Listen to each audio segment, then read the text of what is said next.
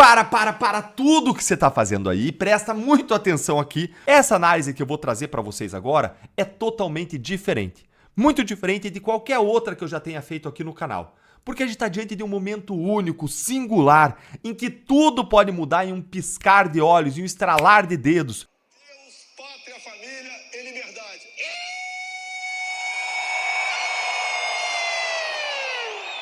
Aqui, gente, peguei na internet, tá, imprensa? Deus, pátria, família e liberdade. Flopou, fracasso total. Acabou agora a manifestação dessa turma bolsonarista em São Paulo. Foi a menor manifestação de todas que eles já fizeram. Sabe por quê, pessoal? Eles estão se desmascarando. Estão abraçados à bandeira norte-americana. Traição da pátria. Tudo é livragado do Bolsonaro. Hoje eles falavam lá, nenhuma preocupação com o Brasil, com as pessoas, com os empregos. Eles só falavam de anistia do Bolsonaro, impeachment de Alexandre de Moraes. Olha, mas hoje, pela manhã, eu tive com o presidente Lula no encontro do PT. Olha o que o presidente falou agora. E é isso que a gente tem que fazer. Defender o Brasil. O presidente hoje mostrou recuperar a bandeira verde e amarela para os verdadeiros defensores do nosso país. Mas, gente, ele tava de óculos, não tava? Falou que não deu ninguém nessa manifestação de hoje? E será que tá acontecendo com... Quem é o Lindinho? Não, é o Lindbergh Farinha.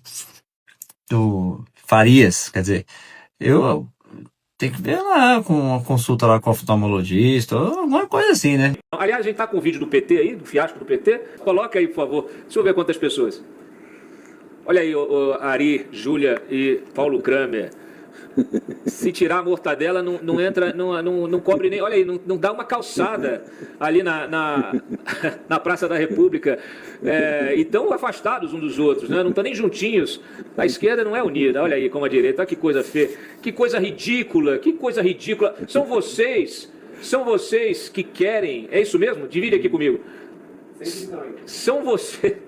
Essa esquerda, Kramer, Júlia, Luciano, essa esquerda que diz que o Brasil não pode dar anistia, que diz que a gente tem que se aliar à China, que diz que tem democracia no país. Vocês não têm o povo, vocês não têm o Brasil, vocês são minoria, vocês não mandam em nada, vocês estão com a caneta hoje, a gente sabe por que vocês estão com a caneta hoje. Porque se colocar uma eleição justa, livre, sem interferência do TSE, eu quero ver o resultado que vai ser. Sabe qual vai ser o resultado? O resultado da eleição municipal. Menos. Com o PSOL sem eleger um prefeito sequer. Um prefeito sequer. Vocês não existem politicamente. Fora da bolha do Congresso aqui, do financiamento externo, vocês não existem politicamente. Fora da militância paga por vocês com dinheiro público, vocês não existem politicamente. Vocês não existem. Vocês não têm representatividade. Vocês fora da mídia, fora da Globo, vocês não existem. Vocês são a minoria da minoria da minoria. É o carrapato do cachorro, do cavalo, do bandido. Vocês não existem. E a prova está aí. Vocês nem distribuindo gás, nem dando botijão, nem dinheiro, nem fazendo isso aqui com dinheiro público, nem comprando militância, nem distribuindo mortadela. Vocês não conseguem encher uma praça. Vocês não conseguem encher uma praça. Vocês são ridículos. Guilherme Boulos, Lindbergh, Érica Hilton, vocês não enchem uma praça. Recebendo as primeiras saudações, comandante da Marinha, almirante da Esquadra Marcos Sampaio Olsen, comandante do Exército, general de Exército Tomás Miguel Miné Ribeiro Paiva e o comandante da Aeronáutica, tenente brigadeiro do ar Marcelo Cânitz Damasceno, todos fazendo a saudação ao presidente Lula.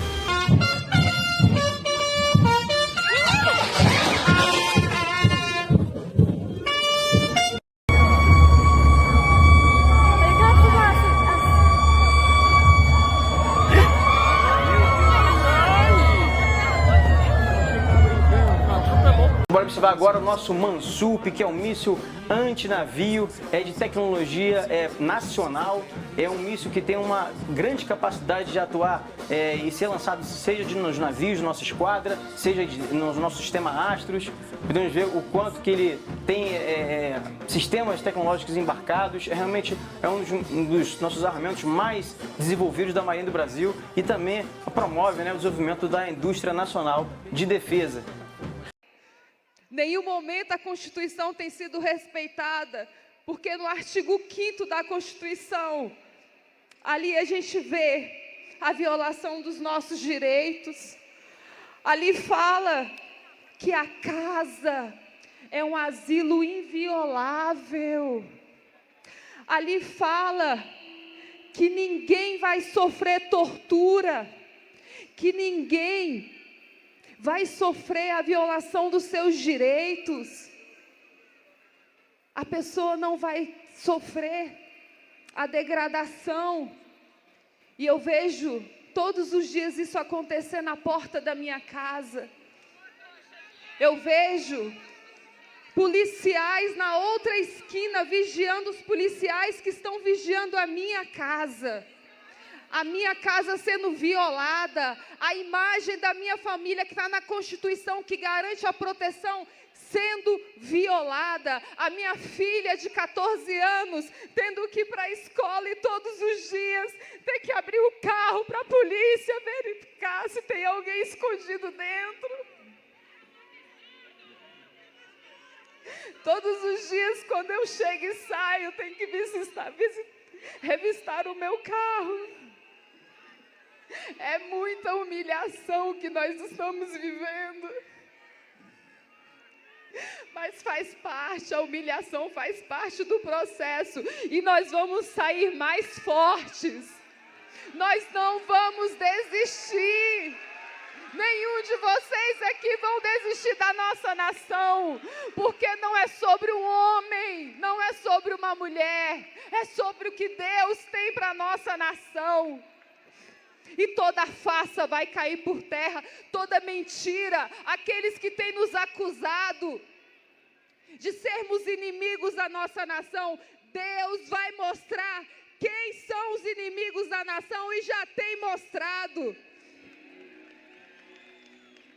Eu estou tendo a minha liberdade religiosa perseguida, pastor Silas. O senhor foi o meu pastor, o senhor sabe que eu sempre fiz culto doméstico na minha casa. Eu tenho que ir hoje para a casa dos outros para orar toda semana. Eu tenho que sair de dentro da minha casa. Eu não posso fazer um culto religioso, porque ele não permitiu e eu pedi.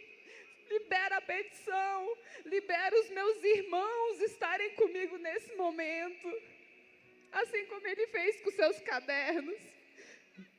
Meus amados, a gente vai vencer, essa é a certeza que eu tenho no meu coração. E hoje eu choro, eu não queria estar chorando, mas está pesado demais, está muito pesado. É muita maldade que eles estão fazendo com a gente. Mas eu agradeço a Deus, porque eu sei em quem eu tenho crido. E eu sei que Ele me chamou. Eu sei que Ele chamou Jair Messias Bolsonaro para o momento da nossa história. Eu sei que vai vir a dupla honra. Eu sei disso. Eu sei que a nossa nação vai ser livre dessa ditadura judicial. Quase todo dia surge uma nova prova dos crimes de Alexandre de Moraes. A coleção de abusos, arbítrios e ilegalidades cometidos pelo sancionado por violação dos direitos humanos já é enorme e cresce, e cresce, e cresce. Eu não teria como citar neste texto tudo de errado que o ministro já fez e tem feito. A ideia é não ultrapassar os 5.000 toques, o que é nada perto do material reunido na página dossiermorais.com. Recomendo, aliás, que todos acessem as informações reunidas lá, principalmente quem ainda considera Alexandre de Moraes a muralha em defesa da democracia, ou quem acha que ele, em certos momentos, precisou rasgar as leis para, tiranicamente, salvar e proteger a liberdade. Nesses grupos, quase sempre na interseção dos dois, lamentavelmente está grande parte da imprensa. As denúncias contra Moraes têm de ser levadas a sério, não podem ficar apenas na bolha dos apoiadores de Jair Bolsonaro. As mais recentes, apresentadas na Comissão de Segurança Pública do Senado, pelo ex-assessor do ministro do Tribunal Superior Eleitoral, têm base em provas concretas. Eduardo Talhaferro não apenas mostrou documentos e mensagens trocadas pelas equipes de Moraes no STF e no TSE, como também apresentou os metadados dessas comunicações. Eles fornecem informações como, por exemplo, autor, receptores e data de criação e envio. Está escancarado que Moraes orientou a execução de uma série de crimes, como no caso de agosto de 2022, do grupo privado de WhatsApp que reunia empresários. O ministro teve conversas clandestinas com seus assessores no STF e no TSE e também com o Procurador-Geral da República. Tudo foi feito secretamente. Quem se diz jornalista não pode ignorar as combinações indevidas, os arranjos, as falcatruas. Quem pode rebater o fato de que Alexandre de Moraes foi para cima dos empresários a partir de uma reportagem de Guilherme Amado publicada no Metrópolis? E não estou nem falando que não havia crime algum nas conversas entre os empresários, que apenas exerciam sua liberdade de expressão, de novo, num grupo privado. A nota oficial emitida pelo STF na última quarta-feira não chegou nem perto disso. Ora, um sancionado por violação dos direitos humanos dá a sua palavra de que não fez nada de errado e pronto. Os cegos, surdos e mudos seletivos, aqueles com problemas cognitivos e morais, esses com certeza estão à vontade para negar a realidade, os fatos. Só que as provas estão sobre a mesa. Para não deixar claro que a perseguição aos empresários foi empreendida com base numa matéria jornalística, o relatório que embasou a operação e os mandados de busca e apreensão tiveram as datas alteradas, como se tivessem sido feitos antes da publicação da reportagem e não depois. O nome disso é fraude, é ilegalidade pura. Não adianta nada a notinha do STF afirmar sem provas que todos os procedimentos foram oficiais e irregulares. E por que grande parte da imprensa decidiu não cobrar nada, ignorar o caso? Por que as denúncias ainda não foram investigadas por quem se diz jornalista, por órgãos públicos pertinentes, pelo Senado, chefiado por Davi Alcolumbre? Porque o povo, de quem todo o poder deveria emanar, foi abandonado por essa quadrilha. Mesmo assim, os brasileiros de verdade não se entregam. A fé, a base para o surgimento da esperança, que é a fé em ação, está inabalada. Mesmo perseguidos, exaustos, feridos, nós não desistimos da luta e agimos com as forças possíveis sempre renovadas, com o máximo alcance que temos. Não paramos, não precipitamos, não retrocedemos. Sabemos muito bem que a guerra é sem fim e que só seremos derrotados se desistirmos dela, se nos rendermos. E isso está fora de questão. Para quem acompanhou agora o Fantástico, viu uma matéria de 20 minutos sobre a trama golpista, que eu não me canso de chamar de a farsa da trama golpista. Gente, para quem assistiu essa matéria agora, entende o motivo pelo qual esse julgamento começa na terça-feira. É inacreditável o tamanho da manipulação da opinião pública. Nem todo mundo vai assistir esse vídeo que eu estou fazendo. Nem todo mundo assiste os vídeos que nós mostramos a realidade daquele processo. Nem todo mundo tem acesso à informação verdadeira. A maioria das pessoas assiste Rede Globo. A maioria das pessoas hoje sentaram no sofá e ligaram a Rede Globo e assistiram o Fantástico. E o Fantástico fez literalmente uma caminha para legitimar a condenação do Bolsonaro. Literalmente prepararam todo o terreno da opinião pública para legitimar a condenação do Bolsonaro, para que não haja crítica. Hoje, quem assistiu essa matéria da Rede Globo e não conhece a verdade, vai olhar e vai dizer: ah, então houve realmente tentativa de golpe. Ah, então tudo bem se o Bolsonaro for condenado. Gente, é inacreditável a estratégia desse sistema. Como pode? O Brasil está literalmente nas mãos de um grande sistema a tomar o poder e a eliminar a direita. É um grande regime, é um grande sistema a acabar com a direita. Essa matéria tem a única finalidade de manipular a opinião pública. Tudo que eles mostraram ali é exclusivamente argumentos vazios, sem prova, só para convencer o povo que houve uma tentativa de golpe. É inacreditável como são capazes de agir, de atuar a favor desse regime. Claro que é um jogo de interesses, é um interesse muito maior do que a gente pode imaginar. Matéria, no dia do 7 de setembro, olhem só como é tudo pensado. Final da noite, matéria do Fantástico, convencendo os brasileiros que houve tentativa de golpe, na semana que Bolsonaro será julgado. É tudo arquitetado.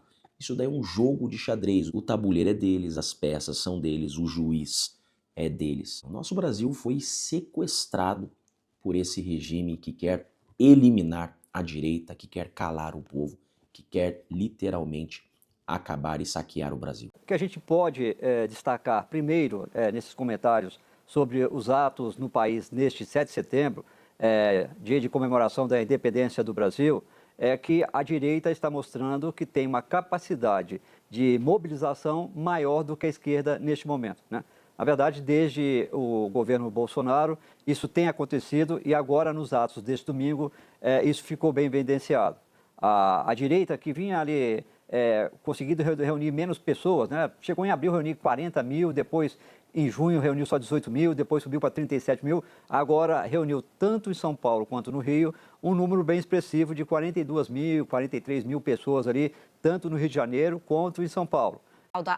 O post feito agora pelo decano do Supremo Tribunal Federal, ministro Gilmar Mendes. Basicamente, Gilmar Mendes diz que no dia da independência do Brasil é oportuno reiterar que a verdadeira liberdade não nasce de ataques às instituições. Disse que não existe no Brasil ditadura de toga, que é um termo muito usado por bolsonaristas e também foi usado nas manifestações de hoje, e tampouco ministros agindo como tiranos. Lembrando que a questão da tirania de Moraes foi uma frase usada pelo governador Tarcísio de Freitas de São Paulo nos atos na Avenida Paulista. Já vou jogar em seguida para o Valdo, mas só para a gente ter aqui resumido o recado do decano do Supremo, já que os ministros do Supremo não foram hoje ao 7 de setembro, mas o decano, então, fez esse texto, esse post. Ele disse que o Supremo tem cumprido o seu papel de guardião da Constituição, impedindo retrocessos, diz que há vários perigos do autoritarismo, basta recordar a história recente do nosso país, mortos na pandemia, os milhares de mortos, vacinas negligenciadas, tentativa de golpe de Estado, acampamentos diante de quartéis. E aí ele termina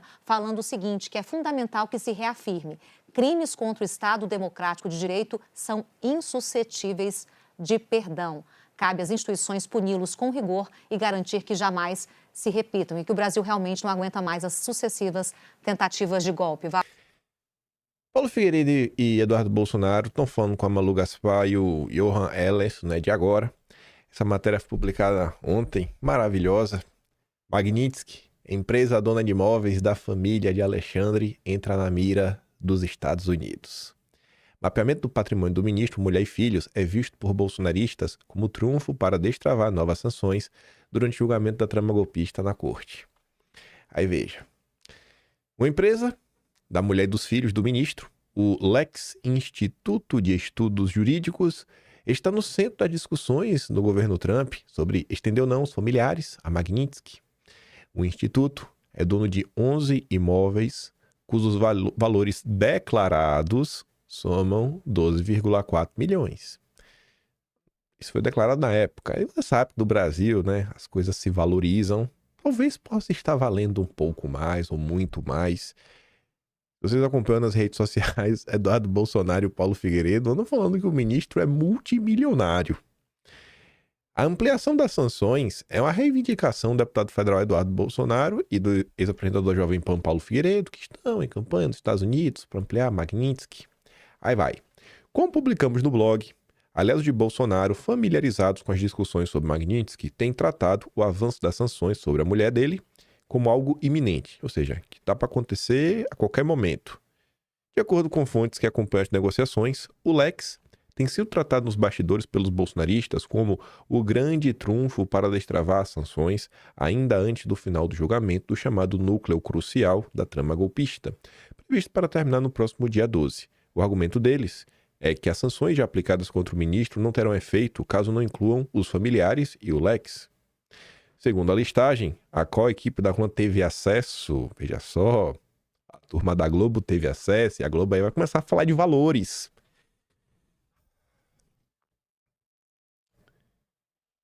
Vejam só, antes de falar de valor de qualquer coisa, vocês lembram que por muito menos a Juliana Dalpiva fez uma matéria que não levava em consideração quais imóveis realmente pertenciam a Bolsonaro.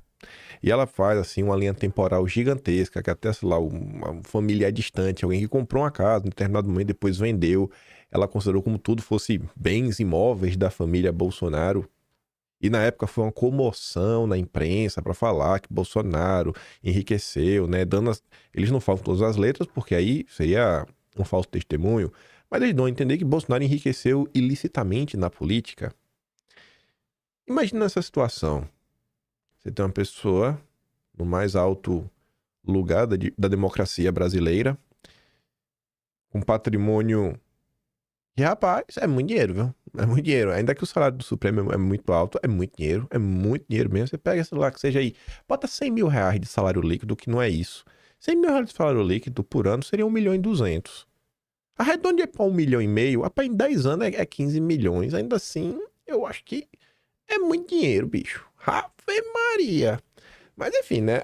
Aí o Paulo Figueiredo, obviamente, e o Eduardo comentaram com o pessoal e tá ali, ó. Além do apartamento no bairro Nobre do Jardim Europa, São Paulo, e da saída do escritório Bastos de Moraes, que tem Viviane à frente como sócia administradora, o Lex é dono de 2 apartamentos em Campos do Jordão e várias outras propriedades no estado.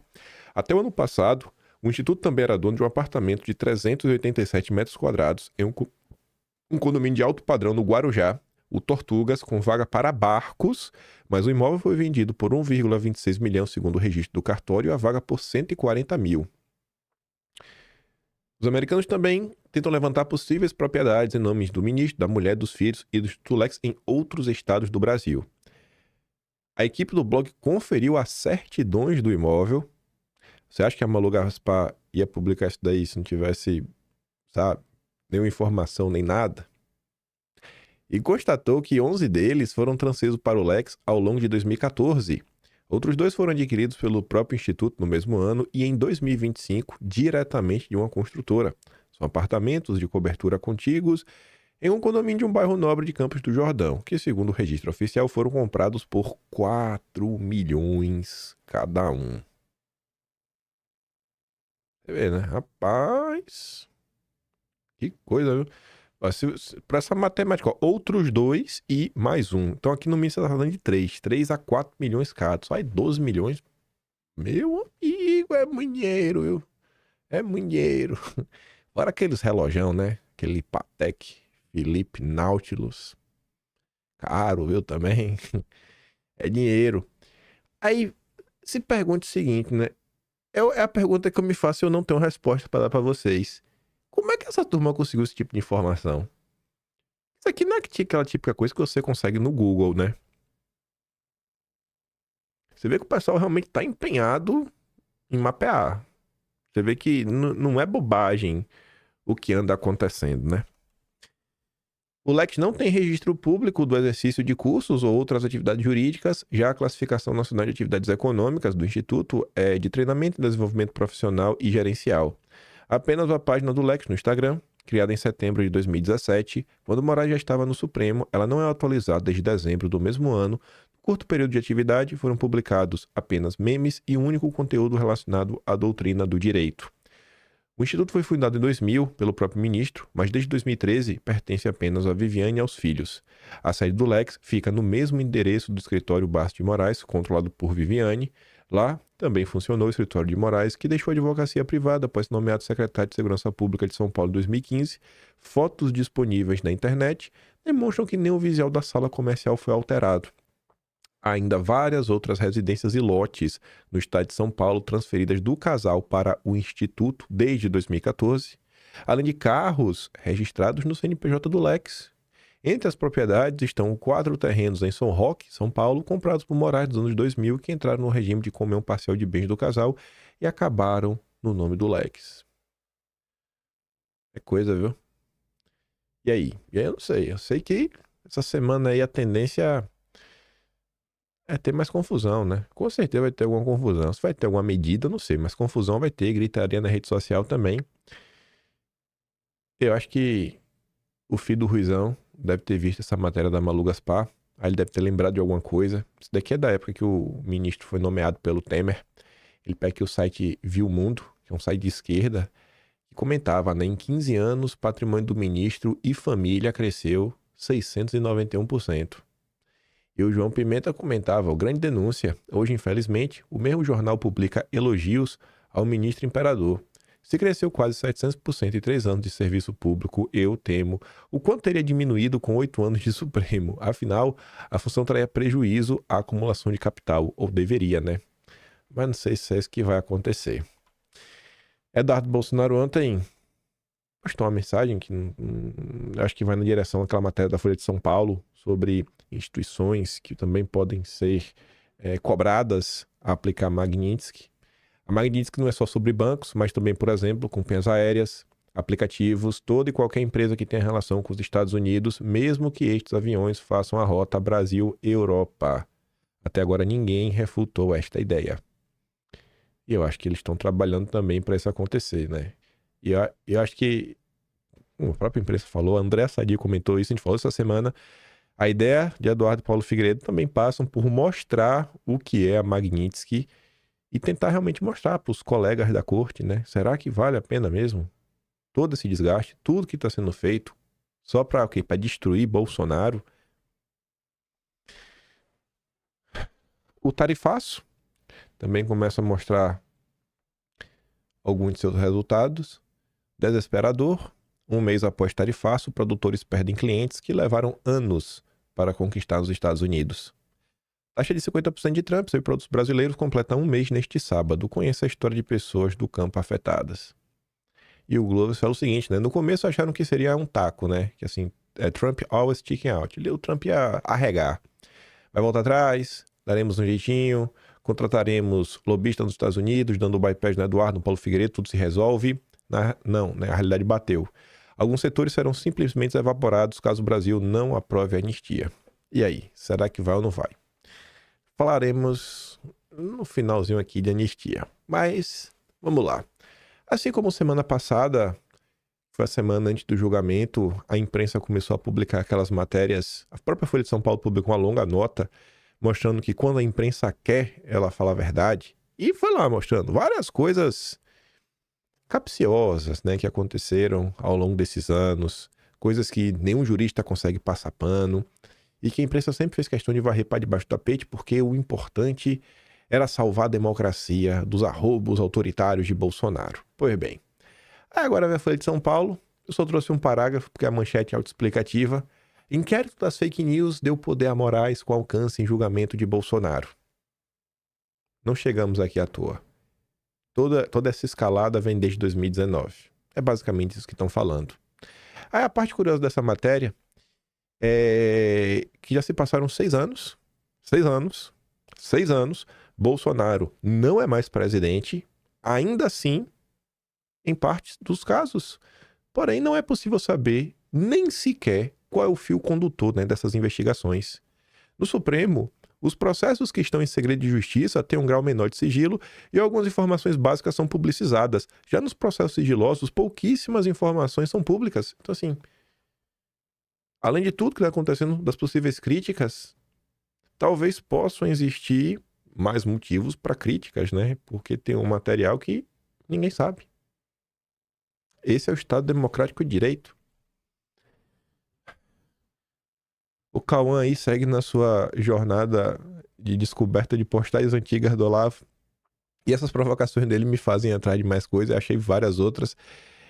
Essa postagem aqui envelheceu bem. E se você for olhar a data, 5 dias após a saída de Sérgio Moro. E nesse momento aqui, até então, não tinha ocorrido busca e apreensão. A primeira busca e apreensão contra a direita, o Terça Livre, que ainda seguia no ar, foi no dia 27 de maio de 2020. Seria um mês depois. Só tinha 5 dias que o Moro tinha saído. FHC, Moro e Moraes São inimigos da pátria mais perversos que o Zé Disseu. Essa postagem eu gostei, né? Porque eu tô sempre comentando, quando comento passado do FHC, mês passado, inclusive, nosso dossiê histórico foi sobre o diálogo interamericano, que se fez valer no Brasil através da figura de Fernando Henrique Cardoso e também do Lula, mas em especial Fernando Henrique Cardoso. Moro, tô sempre batendo na tecla, e o Moraes dispensa apresentações, né? Você vê que realmente o tempo passou e alguns comentários do Olá envelheceu bem. Aí o Caio comenta assim, ó, era impossível que hoje, se ele não estivesse conosco na direita conservadora nacionalista. Não basta ser antipetista. É preciso ser antiliberal, conservador e ter um projeto de Brasil, sem submeter nossos valores a critérios de mercado. O Olavo tinha razão. Aí veio o Mário Sabino para falar aquelas obviedades que chamam a atenção porque não tem espaço para o contraditório na imprensa. Então, quando alguém do consórcio fala alguma coisa em linha com a direita, a gente fica assim meio, né, surpreso. O Mário Sabino vem para falar assim, ó, anistia Bolsonaro. O que os bolsonaristas querem é isonomia com Lula, ou seja, ser tratados iguais, de igual para igual. Os jornalistas andam nervosos com a possibilidade do Congresso aprovar a anistia Bolsonaro. Dizem que é retrocesso, mas não é. Aí ele fala, né? A palavra mais gentil que ele vê na imprensa falando aí sobre a anistia seria um retrocesso. Acho estranho, porque retrocesso se aplica ao que avançou. E não parece que a democracia brasileira tenha ido adiante nos últimos anos. Muito pelo contrário. Ela está andando para trás. Pegue-se o caso do impeachment da Dilma, por exemplo, que o PT vende como golpe. No processo de destituição da então inquilina do Planalto, Lewandowski, que comandava os trabalhos finais como presidente supremo, deu aquela fatiada, lembra do fatiado do impeachment? Né? Então, deu o drible da vaca na Constituição e manteve os direitos políticos da Dilma. E não caçou a chapa. Pode? Não pode, mas pode. Temos também o caso mais espantoso, o do próprio Lula. Condenado por corrupção, lavar dinheiro em todas as instâncias do judiciário brasileiro. Eis que o Supremo, acossado por Bolsonaro, resolveu tirar o chefão petista da cadeia e livrá-lo de todos os processos, lançando mão de provas ilegais obtidas por criminosos. Como planejado, Lula está outra vez todo pimpão na presença da nossa pobre república, e os meliantes que assaltaram a Petrobras seguiram o mesmo caminho de impunidade, beneficiados pelo ministro Dias Toffoli. Pode? Não pode, mas pode. Estamos à volta agora com a prisão anunciadíssima de Bolsonaro, acusado de golpismo, em um processo aberto de ofício, eu não sei se é a melhor maneira, conduzido por um ministro que ao mesmo tempo é vítima, investigador e julgador. Pode? Não pode, né? Mas pode. Sinceramente, não vejo como a anistia Bolsonaro possa ser considerada retrocesso. O que os bolsonaristas querem, no fim das contas, é isonomia com Lula e seu partido. Uma coisa que chama a atenção nessa matéria, que é o que eu falo para vocês, quando vocês lerem qualquer coisa sobre o bolsonarismo, qualquer crítica, ou forem conversar com alguém, pede para a pessoa te explicar o que ela está falando. Que realmente é assim, não, o Bolsonaro é um golpista. Beleza, por quê? Por quê? Explica por que o Bolsonaro é um golpista. Me explica aí, eu quero saber. Não tem, é sempre assim, eles botam e vida que segue. Então tem um editorial do Estadão pra gente comentar sobre isso. É sempre assim. Já quando você vai falar do PT, você consegue falar o que foi feito, quando foi feito, por quem foi feito, as consequências da ação. Acusação genérica, sem explicar, não vale. Meteu a acusação genérica, já perdeu o argumento, pode ter certeza que é propaganda do consórcio. Tipo isso daqui. Grupo jurídico se manifesta contra a discussão de anistia para bolsonaristas. Grupo jurídico? A fake news já está no topo. Não é grupo jurídico. Eu acho que o termo que deveria ser utilizado a partir de agora é grupo político. São políticos de esquerda. O Prerrogativas ele não é só um grupo de juristas. É um grupo de pessoas que têm OAB, mas que servem ao lulismo. Então, pelo amor de Deus, né? Não é uma opinião técnica. É opinião de política. Mas a imprensa brasileira segue, né, blindando Prerrogativas. E você vê, ó, esse é o primeiro parágrafo. Quem publicou isso daqui foi o painel do Zanini. Nem para colocar que seja no primeiro parágrafo o que é o Prerrogativas, que é um grupo de juristas ligados ao PT, o Zanini fez. Eu não sei se tá assim nem na matéria completa. Deixa eu dar uma olhada aqui. O que esse miserável fez? Se ele em algum lugar não, ele chegou a explicar o que é o Prerrogativas. Deixa eu ver aqui, ó. abrir a matéria aqui ao vivo com vocês. Dá um zoom aqui, vamos dar uma olhada. Prerrogativas, blá blá blá, para o prerrogativas. Ah, tá aqui, ó. Grupo jurídico alinhado a Lula. Né? No terceiro parágrafo que vai explicar, né? Massa, bacana. Aí vem o Estadão. O mesmo Estadão que vai escrever isso daqui fez editorial hoje assim, ó, maravilhoso. Ministro do Supremo ignoram norma do regimento em decisões individuais sobre Bolsonaro e Magnitsky. Mas tem um motivo, né? É para defender a democracia. Ministro da Corte tem ignorado as normas do regimento interno ao deixar de submeter decisões monocráticas ao crivo dos demais integrantes da Corte. Desde 2022, a norma prevê que medidas cautelares tomadas por um único ministro sejam imediatamente levadas ao plenário ou à respectiva turma para referendo, de preferência em ambiente virtual. Na prática, porém, essa regra nem sempre é seguida. Especialistas ouvidos pelo Estadão afirmam que a violação é frequente e atinge até casos de grande repercussão. Aí procuraram a corte e aí não se manifestaram. Entre os exemplos recentes da atuação estão decisões que mobilizaram desde atores políticos até grandes bancos. Aí já cita logo aqui um caso que nem tem a ver com Bolsonaro, nem Magnitsky, nem nada, que é o quê? A derrubada do IOF. Lembra? O Congresso derrubou a medida do Lula, o PT foi lá, judicializou, caiu na mão do Moraes e falou, deu uma canetada. Não, tá desfeito, aí vai valer o que o governo quer. A outra é do Flávio Dino.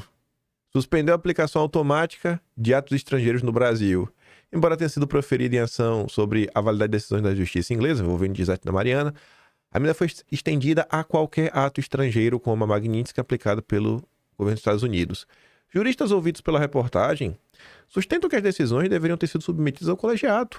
O problema não é apenas decidir sozinho, mas decidir sozinho sem permitir que os colegas se manifestem. A regra foi criada justamente para evitar isso.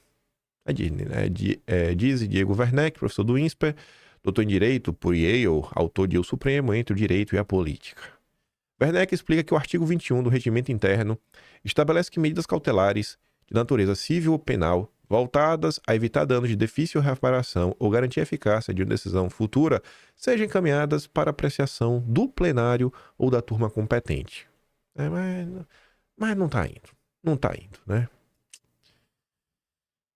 Aí eles vão comentar do caso em específico, o caso Bolsonaro, da prisão domiciliar, que até agora nem foi lá, né? Você recorreu, o julgamento tá rolando e até agora ninguém julgou e não vai jogar. Não vão jogar. Ao lado de Luiz Fernando Esteves, professor do INSPER e doutor em Direito do Estado pela USP, Werneck publicou uma coluna no site J em que expõe justamente a violação do artigo 21 do Regimento do Supremo.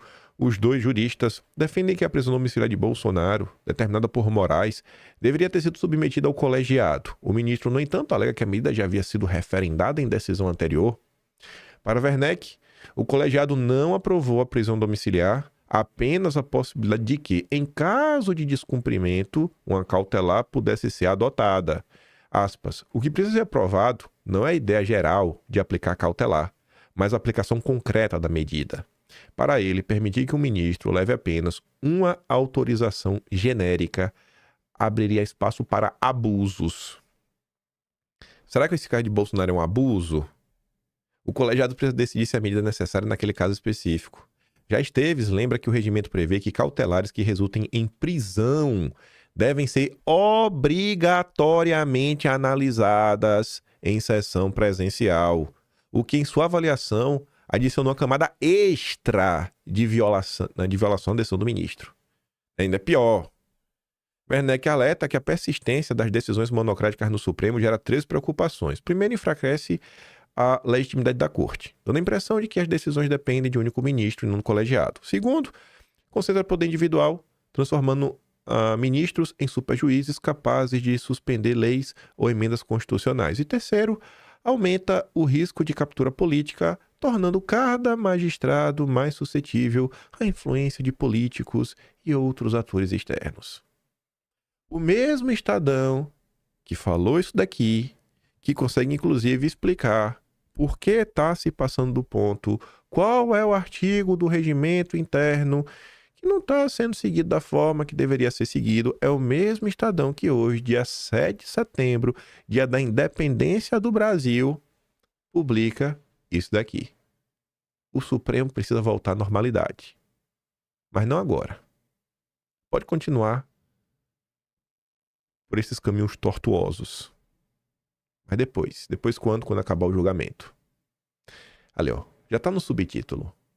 Uma vez encerrado o julgamento dos golpistas, não haverá mais desculpas para que o Supremo conserve os poderes excepcionais que invocou para enfrentar a ameaça à democracia.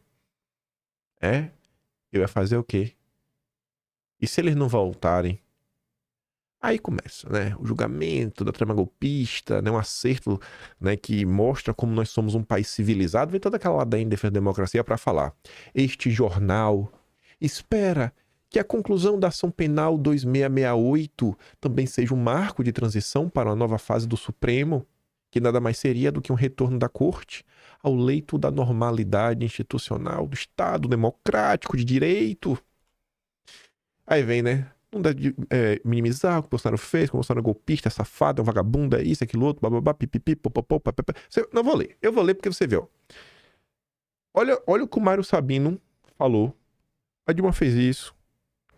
Na verdade, a Dilma foi alvo de impeachment e o Supremo fez isso de tal forma, através de tal pessoa, isso pode, não pode. Aí vem aqui o pessoal, ó, o regimento interno, artigo 21, isso aqui, papapá, pipi, explicação. Aí vai falar de Bolsonaro.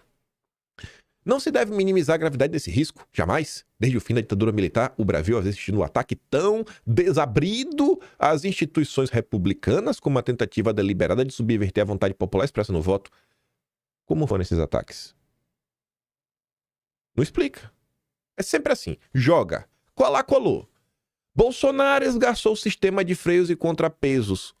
Como? O que foi que ele fez? Recorreu a expedientes típicos de regimes autoritários e tentou arrastar o país para o abismo social e político. Fazendo o quê? Quando? Junto com quem? Com prováveis e severas consequências econômicas, exclusivamente porque, ora vejam, perdeu a eleição limpa. Tu tá entendendo? Quando é com a esquerda, eles sabem explicar tudo o que fez de errado. Com o Bolsonaro é isso, joga-se, colou. Ele nunca te explica. Bolsonaro é um autoritário, vagabundo, safado, golpista. Por quê? Explica. Aí depois de todos esses xingamentos contra Bolsonaro, ao Estado, não, velho, é nesse contexto que eu tô te falando e você tem que acreditar em mim mesmo sem provas. É neste contexto que eu te apresentei sem provas que coube ao Supremo a faina de defender a democracia contra agressões inauditas. Aí você vê, né? E não, eu não posso falar o que é. Eu não posso... é só uma agressão. Eu não posso nem falar. Processo em que, em nome de imperativos excepcionais, lançou mão, muitas vezes, de expedientes que ultrapassam o que previa a lei e a Constituição. Que maravilhoso. Sabe, a turma assume que foi feito algo errado.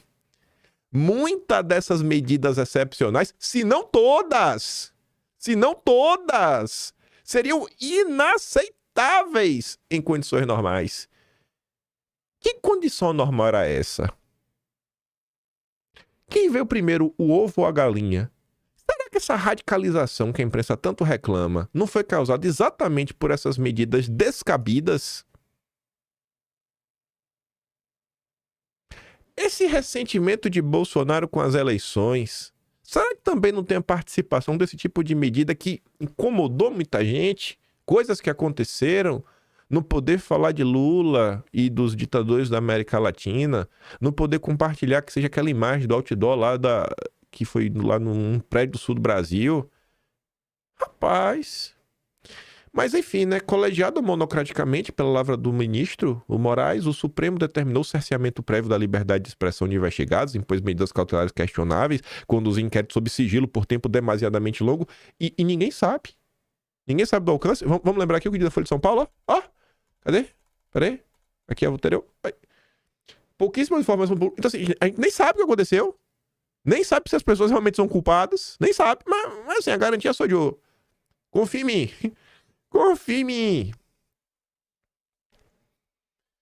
Ah, Jesus, velho. É muita cara de pau. Aí continua. E é justamente porque a democracia venceu seus inimigos que o Supremo precisa reconhecer que a era de excepcionalidade contra o golpismo chegou ao fim. A preservação das instituições da liberdade democráticas não mais depende de expedientes judiciais extraordinários. O desafio agora é outro: devolver a corte ao leito da normalidade institucional, como de resto exige a lei maior. Na prática, isso significa mais contenção decisória, sobriedade comportamental dos ministros. A corte não pode continuar a ser percebida como ator político a cada dia, emitindo juízos e projeções sobre o futuro do país, sob pena de corroer a autoridade que lhe resta. Se nos últimos anos foi inevitável que os ministros ocupassem espaços que os políticos, por omissão, interesse direto ou conveniência, deixaram vagos, o movimento agora passa a ser de retração. E encerra falando: no geral, o Supremo cumpriu bem o seu dever na defesa da ordem constitucional democrática. Daqui em diante, sua grandeza está em saber recuar. Aí vem: mais perigoso do que o golpe derrotado seria um Supremo que, inebriado pelo protagonismo, também se encantasse pela perspectiva de conservar poderes excepcionais e resistisse à ideia de regressar ao lugar que a Constituição lhe reserva. Então, assim, o golpe era complicado, né? E era a pior coisa do mundo. Mas se continuar, ainda é pior do que o golpe. E será que não vai continuar? Vão voltar de livre, espontânea vontade? Eu coloquei isso daqui na sequência, mas eu podia colocar as postagens do Olavo. Mas por que eu coloquei na sequência? Porque João Amoedo e Pedro Doria estão pedindo o fechamento e responsabilização da família Mesquita, não, a responsabilização pós-morte do Júlio de Mesquita Filho e seu pai, fora outras pessoas. Talvez você não esteja lendo ali o nome do Estadão, mas eu vou te explicar. Eu, inclusive, queria muito ver hoje alguém, sabe, um político de calibre falando isso. Mete urgente sirene, bota as fotos dos dois grandes, faz aquele vídeo quadrado que você gosta de botar no Instagram, sabe, bota a cara de vocês, fundo preto, e vai, ou só grava em qualquer lugar, urgente, e mete lá, letra vermelha garrafal. Pedro Doria, jornalista da Globo, e Amoedo defendem o fechamento do Estadão e responsabilização pós-morte dos Mesquita. Entenda, aí você explica. O Pedro Doria, que tem como um dos sócios do canal Meio Armínio Fraga, tá dizendo assim, ó: na história do Brasil, quem tentou o golpe não foi punido, sempre voltou. De 89 a 64, militares conspiraram repetidamente, muitos acabaram no poder. Ignorar esse passado custa caro. O preço da anistia hoje pode ser um golpe bem sucedido amanhã. O Almeida complementa: por oportunismo eleitoral e idolatria política, apoiar a anistia e ignorar a história, o preço da anistia hoje é um golpe de sucesso amanhã. Pois bem, 1889, os militares são o fim da linha. São o fim da linha.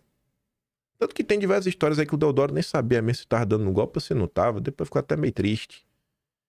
Quem planeja o golpe, assim como o de 64 que eles estão falando, é a sociedade civil. As elites locais. Família Mesquita, o Júlio de Mesquita, fundador do Estadão lá em 1875, funda o jornal para promover os ideais republicanos, um bucheiro, e fazia parte dos golpistas. Então Pedro Doria está correto. Não foi punido, chegou ao poder, ficou no poder. Aí veio o Vargas, derrubou a galera. Depois teve outro período, veio a República Popular.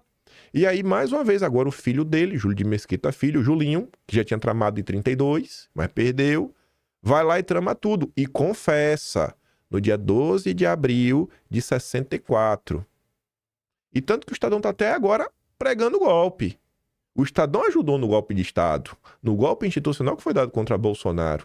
Então eles realmente estão certos.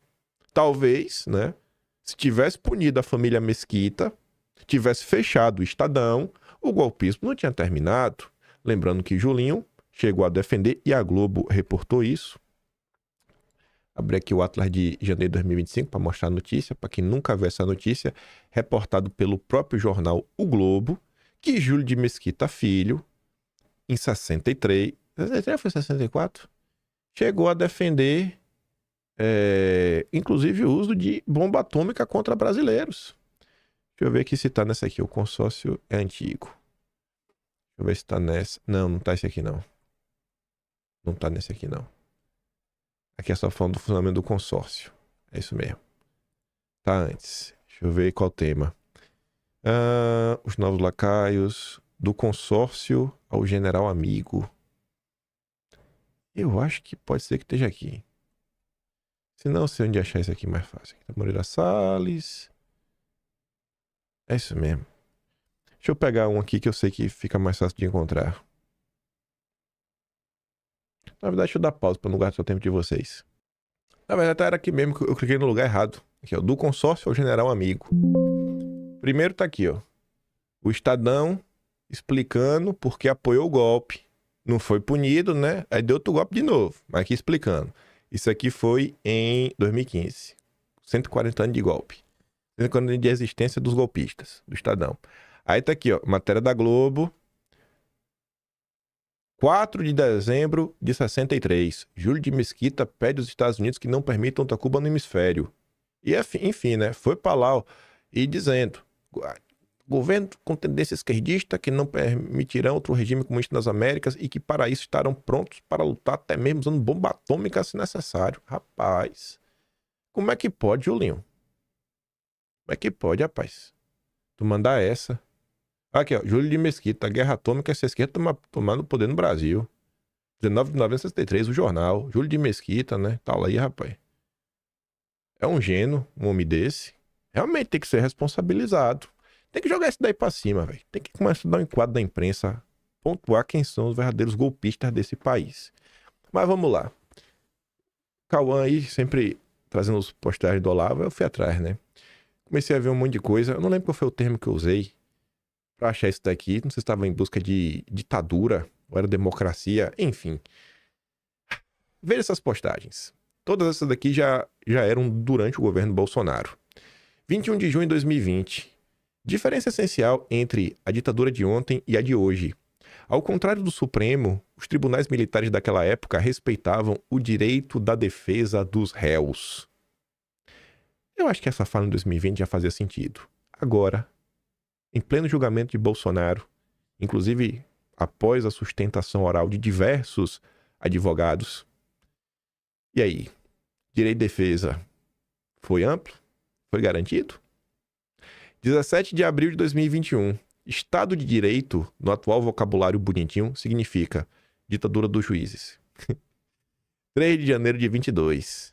O respeito idolátrico às instituições, aliado ao desrespeito pelos seres humanos, é a definição mesma da ditadura. No Brasil, é o que chamam de democracia.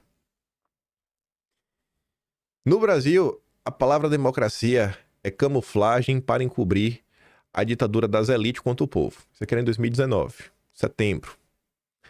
A postagem seguinte, aí volta 2 anos no tempo, né? 2017. Bolsonaro já estava rodando no Brasil, mas não estava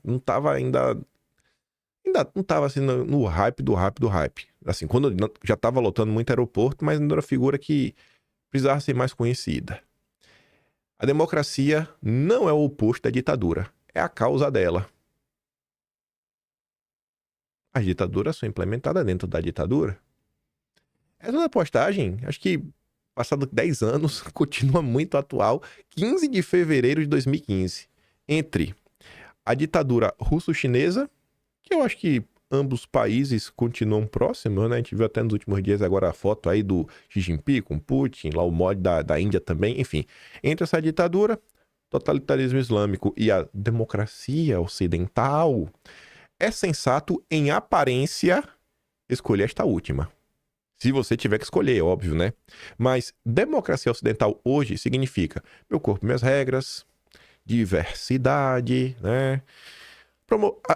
Vamos ao termo da moda, né? Adultização, destruição das soberanias nacionais, controle da mídia e da internet, da censura, discriminação dos cristãos, favorecimento aos criminosos e aos imigrantes ilegais.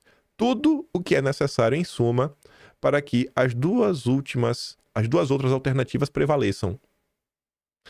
O que a democracia ocidental oferece é a receita do fracasso para as outras ditaduras vencerem, para a ditadura ser implementada. Então talvez a resposta não esteja na democracia liberal ocidental. Porque ela está muito similar à ditadura russo-chinesa, né? Os próprios ministros do Supremo não falaram que eles se inspiram muito no regime chinês? Aqui é no governo Bolsonaro. 1 mês e meio antes da saída de Moro, 10 de março de 2020. É um cinismo criminoso descrever como democracia um país de maioria conservadora, sem um partido conservador, sem um jornal conservador, sem uma universidade conservadora, sem uma TV conservadora, sem uma estação de rádio conservadora, etc, etc, etc. As tais instituições democráticas brasileiras consistem na total proibição das opiniões majoritárias, pela ação organizada de uma elite sanguessuga e que tira vidas. Os nhonhos e joões cesares têm orgasmos diante dessa democracia, já que vivem nela. E aí, só para falar da anistia, para gente fechar falando disso, líderes de partidos aliados de Lula veem Eduardo Bolsonaro como relator de fato do projeto da anistia. O pessoal acha que, no final do dia, quem vai bater o martelo aí sobre o texto é o Eduardo. Ele meio que vem se comportando aí como o relator de fato desse processo.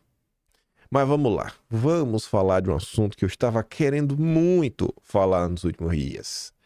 Bancos, essa elite podre que comanda esse país. E tem umas coisas curiosas para falar sobre isso aqui.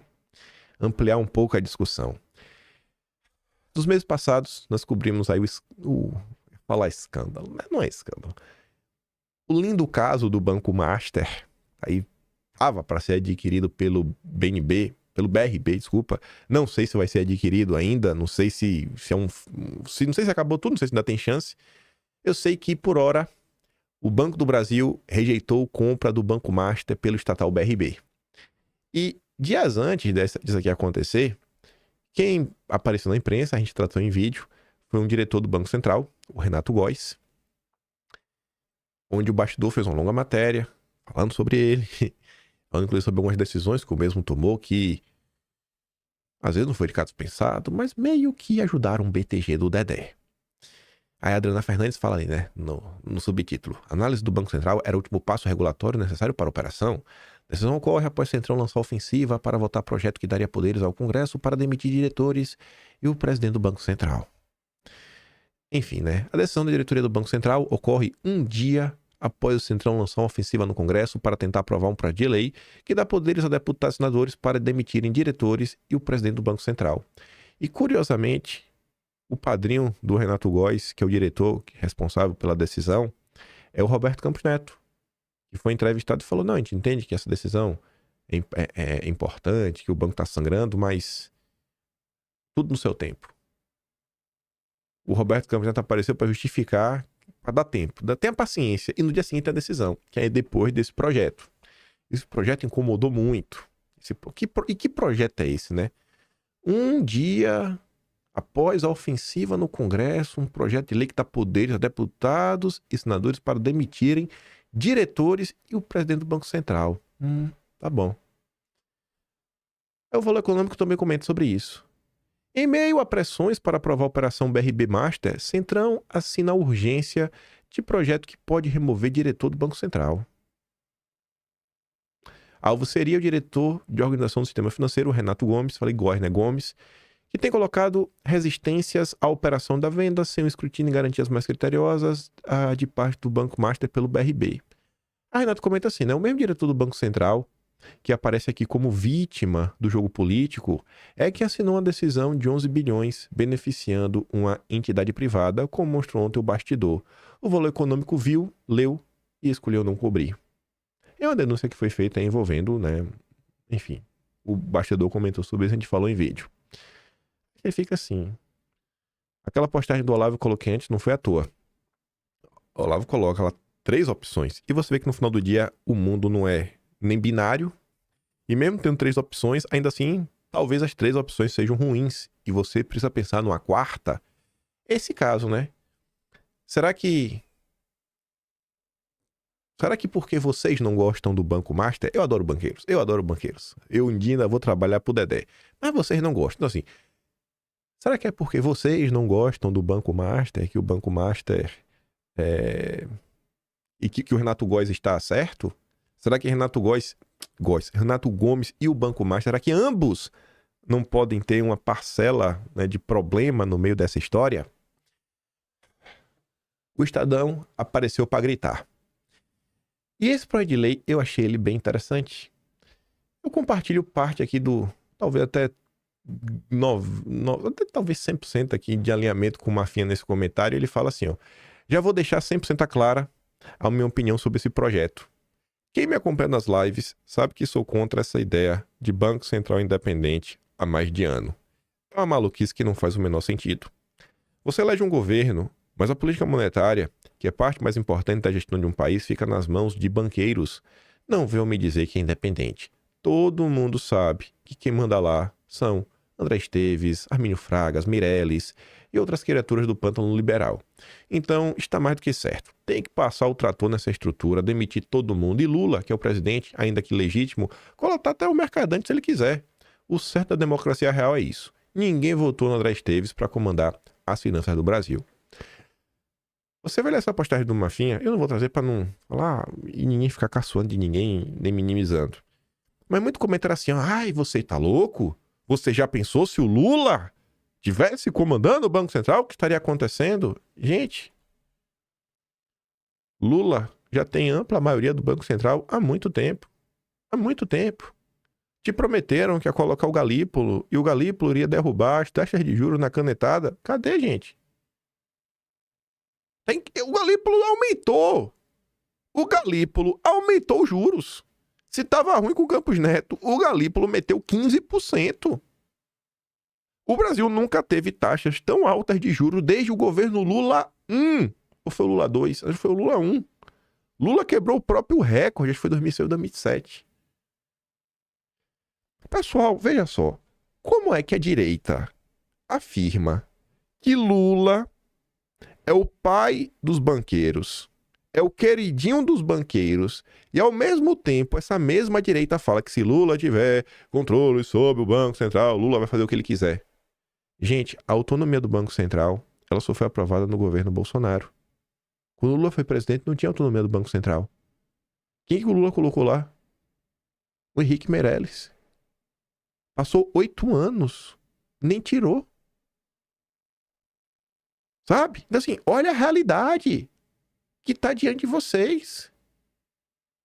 Só quem ganha com essa política é o Lula e a Faria Lima. 1º de janeiro de 2027, quando a direita subir a rampa, ela vai se encontrar com Gabriel Galípolo. Todo projeto econômico que a direita quiser colocar na mesa pode ser varrido e destruído pela política monetária do Banco Central. Como essa mesma direita brasileira que reconhece que Lula é o queridinho dos bancos, foi o cara que mais ajudou os bancos, e essa direita que tanto fala do Trump como exemplo de liderança, que tá botando dedo na ferida, que tá desmontando, né, o Deep State. Olha pro governo Trump e vê que o Trump tá com uma briga homérica com o Fed, o Federal Reserve, exatamente batendo na tecla do que, cara, não dá para ser assim. Eu quero nomear as pessoas do Fed, eu preciso de uma política monetária que ande junto com a minha política macroeconômica. Esse projeto, no final do dia, é isso. É um projeto para no dia 1º de janeiro de 2027, com maioria no Senado, chuta a bunda do Galípolo. Chuta a bunda de todo mundo que o Lula colocou lá. Todos esses diretores aí que vieram do... Como eu falo o nome dos bancos? Desses bancos aí chuta todo mundo, irmão. Que decisão técnica? Me diz aí qual é a decisão técnica que teve o Banco Central. Tudo é técnico. Tudo nesse país é técnico. Aí, o Mafinha reclamou, né? Deixa eu ver a data. Já tinha sido... Não nem dá pra falar que o Mafinha previu. Porque antes do Mafinha falar, quem que entrou em campo já para reclamar? Armínio Fraga. Projeto para permitir demissão do diretor do BC é coisa de republiqueta. Quem é Armínio? O cara que estava trabalhando para o Soros, enquanto estava trabalhando para o Soros, recebeu o convite, aí falou, Soros, eu vou ter que ir, né? Recebeu o convite. O Soros que emplacou ele. E olha só, o governo Lula tem diversas pessoas ligadas ao Open Society. Na boa, o Soros emplacou muita gente no governo Lula. O Soros ajudou a eleger o Lula. O Pedro Abramovay, que é o homem dos Soros no mundo hoje, o vice-presidente mundial, pô, tava no grupo de transição. Fez parte da gestão Dilma. Da mesma forma que o Soros arbitra no governo Lula, o Soros arbitrou no governo Fernando Henrique Cardoso. Aí quem mais também reclama desse projeto? Alexandre Schwartzman, ex-diretor do Banco Central.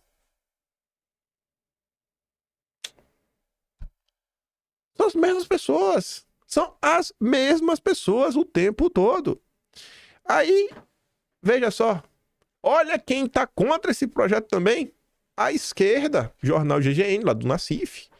Aí levou o Beluso. E o Manfred. O golpe do Congresso do Banco Central. Meu Deus! Sabe quem também tá defendendo o Banco Central? O Haddad. Eu defendo a autonomia. Vejo o projeto sobre autonomia com muita preocupação. Mas como assim? Sabe, gente? Cara, olha, raciocina. Aí ela fala, cara, mais uma vez o PT sai em defesa da Faria Lima. Quando o PT fala em soberania, lembre que foi o mesmo PT que defendeu transformar o Banco Central em puxadinho de 5 famílias de banqueiros.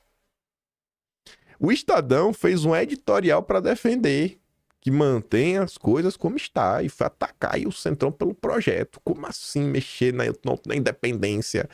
Aí o Renato fala, o Estadão escreveu que só um Banco Central independente pode contrariar os poderosos, mas ignorou decisões do próprio Banco Central, que, segundo denúncia publicada no bastidor, teriam beneficiado o BTG em 11 bilhões de reais. Cadê a independência? Cadê peitar os poderosos?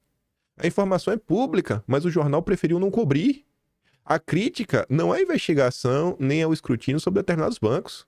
Quem tiver que responder, que responda. A pergunta é outra. Como o jornal que diz defender instituições fortes escolhe silenciar justamente sobre um episódio que envolve o banco mais influente do país e uma diretoria do Banco Central?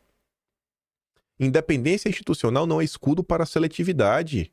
Um Banco Central que se diz técnico, mas evita enfrentar os gigantes do mercado, está longe de ser neutro. Mesmo hoje, sem autonomia plena, já existem decisões que favorecem determinados players sem transparência. Se esse modelo for ampliado, o risco é institucionalizar esse desequilíbrio. Nos Estados Unidos, o embate entre Trump e o Fed mostra isso com clareza. O Trump, o presidente eleito, tenta pautar o rumo econômico. O Banco Central age como contrapoder, mas responde a outras forças. A tal independência nos moldes definidos por parte da imprensa apenas garante que esse jogo siga sem contestação. Aí quem também sai em defesa, né, dos banqueiros, da Faria Lima, o Galípolo. Faria Lima e fintechs são as vítimas do crime organizado. Meu Deus. Ô, gente, a Farinha Lima não sabia do dinheiro do PCC. Eles são vítimas, gente. Oh, meu Deus. Coitadinho dos banqueiros que foi alvo de busca e apreensão da polícia. São vítimas, gente. A Farinha Lima é vítima. Já eles colocam a culpa em vocês.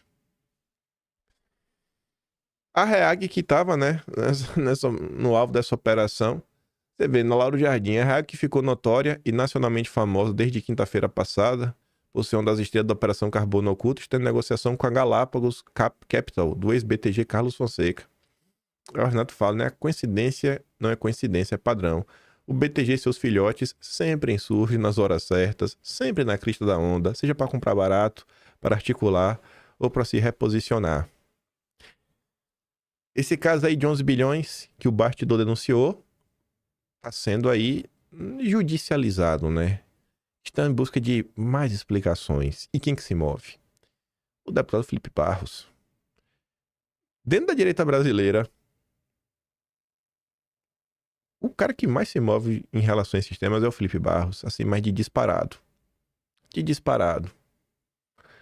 Os liberais preferem não enxergar o que está acontecendo, né? E tá ali, ó, Felipe Barros apresentou a Credem. Eita, na comissão, Felipe, não era para ter feito isso na Credem, cara, que comissões não servem de nada.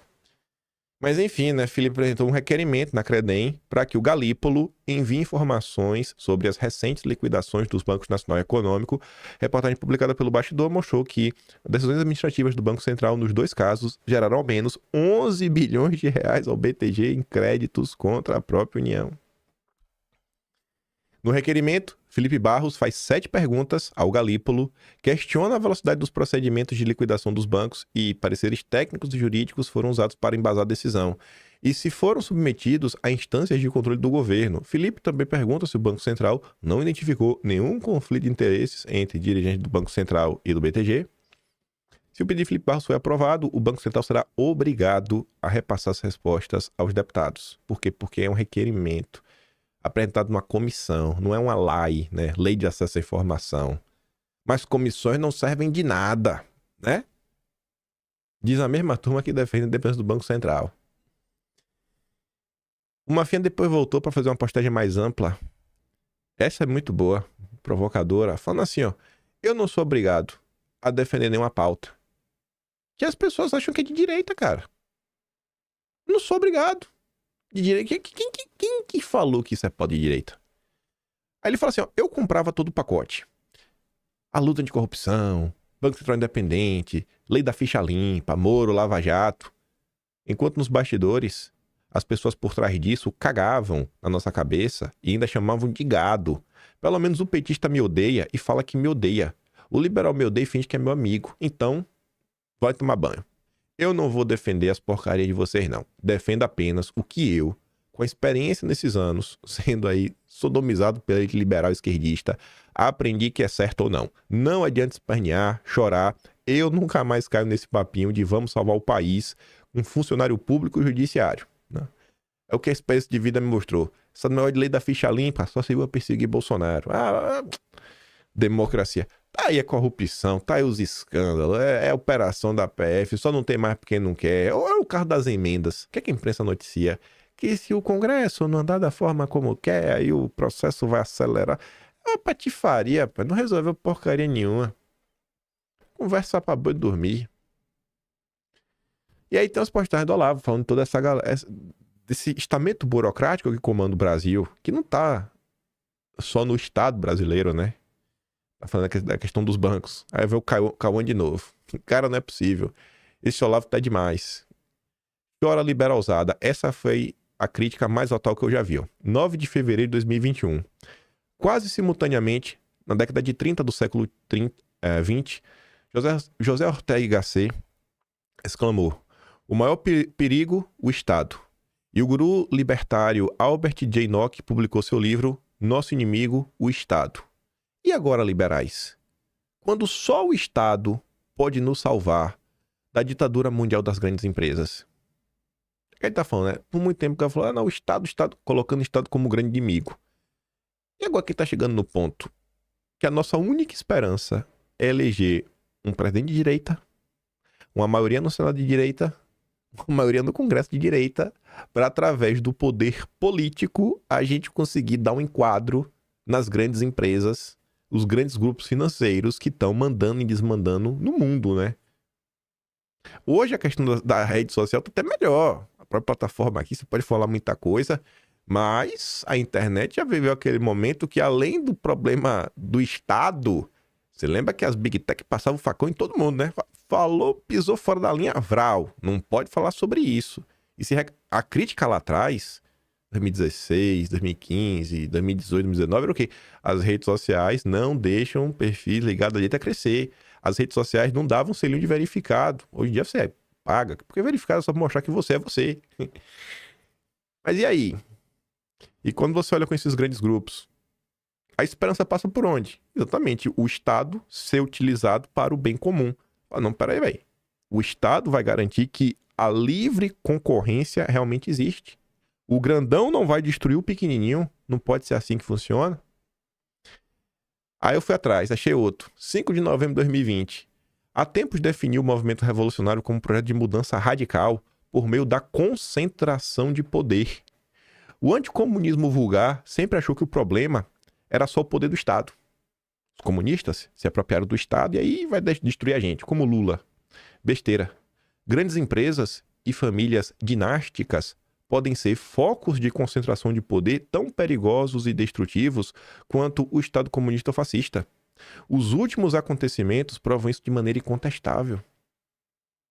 As elites nacionais brasileiras, agora, que acho que todos nós, eu me coloco no grupo, em 2020 eu não tinha a mínima ideia da própria turma do Estadão, que a gente acabou de falar, que está aí desde 1875, trabalhando em torno de golpe de Estado.